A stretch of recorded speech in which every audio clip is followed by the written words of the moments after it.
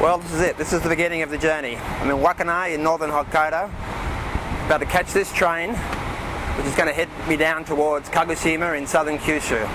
I'll be travelling about 4,000 kilometres over the next 8 weeks, observing Japanese life, customs and everything else on trains and around trains. I hope you enjoy the journey as much as I'm looking forward to it.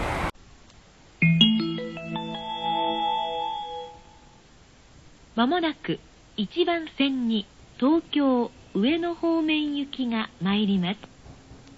危ないですから黄色い線の内側までお下がりください。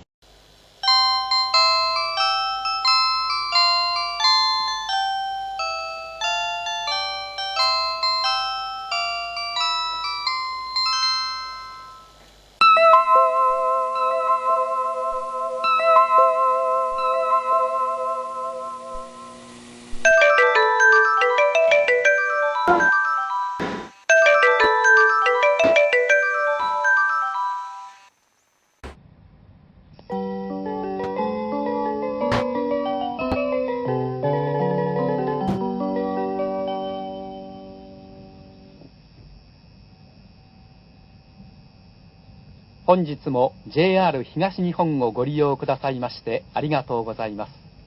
この電車は東北新幹線早手号八戸行きと小町号盛岡行きです。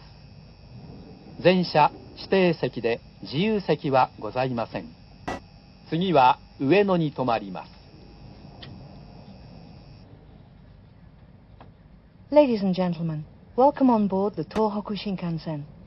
This is a Hayate Super Express bound for Hachinohe, combined with a Komachi Super Express bound for Morioka. The next stop will be Ueno.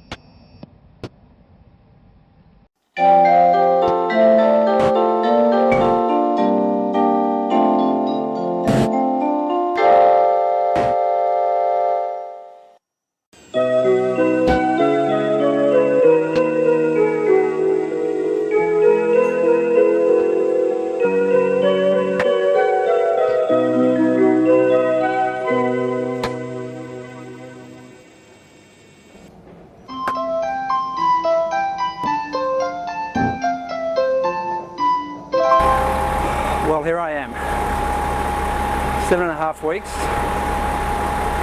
and I'm at this most southern railway station in Japan, Makurazaki.